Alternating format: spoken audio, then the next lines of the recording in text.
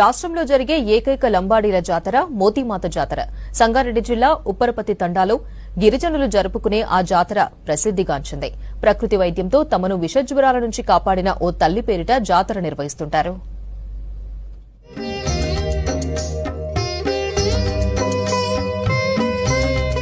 సంగారెడ్డి జిల్లాలోని రాష్ట్ర సరిహద్దు ప్రాంతంలో గిరిజనులు ఏటా మోతీమాత జాతర నిర్వహిస్తుంటారు.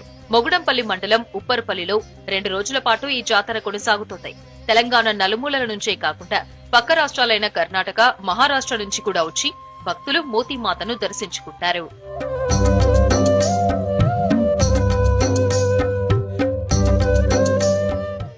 ఏళ్ల క్రితం అంటువ్యాధులు, గత్తరలు సోకి గిరిజనులు మరణిస్తుంటే తనకు తెలిసిన ప్రకృతి వైద్య పరిజ్ఞానంతో వ్యాధిని నయం చేసేది మరిగమ్మ మోతీమాత.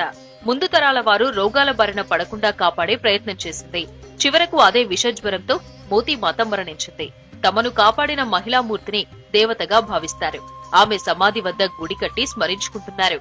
భావితరాల కోసం మరిగమ్మ చేసిన సేవలను జాతర నేపథ్యంలో ఈ తరం వారికి తెలియజేసే ప్రయత్నం చేస్తున్నారు.